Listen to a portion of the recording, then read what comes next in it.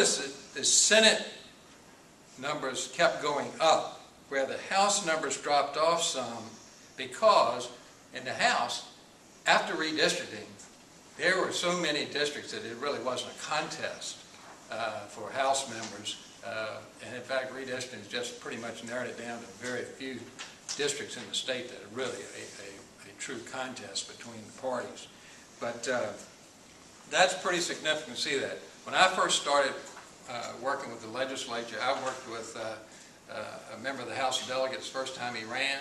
And I'll never forget it, the first fundraiser we had, at the end somebody came up and gave us $100, and we went in the back room and did high fives. We were getting a $100 contribution and raised $3,000 for that campaign for Bill Axel in Henrico County in 1974, I believe, 73. And look what it's costing today. Another story in that regard I'll tell you is that Norman Sisiski, who was in the House of Delegates from Petersburg, a very wealthy individual who had the Pepsi-Cola franchise and had the, I think, Budweiser or Miller franchise for a large area distributorship.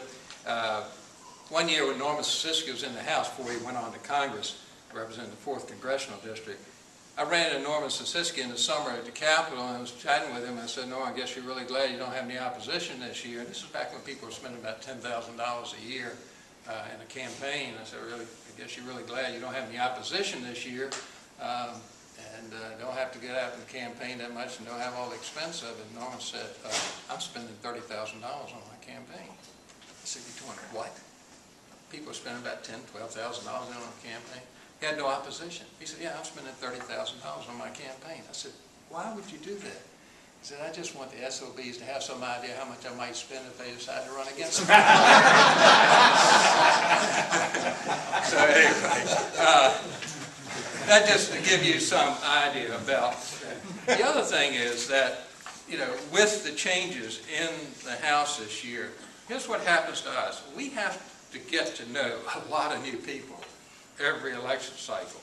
And you know, if you take the last two election cycles, I think it's somewhere in the neighborhood of 48 new members of the General Assembly out of 140. And we have to, you know, you got to get to know. Now, you narrow it down by key committees that they're on, and you start with that and all, but eventually you need to get to know all of them. And another thing that I brought you is a thing that Virginia Free did, is a report on the freshmen. And it'll show you just who they are and a little background on them. I just thought it might be of interest to you to see who is getting elected to the General Assembly, some of their credentials, what their background is, and for you to get some familiarity, in particular if there's someone from your area, that it certainly would help us if you would get to know them, and someone we could call on if an issue gets to be difficult and we need some constituent support on the issue. More coming.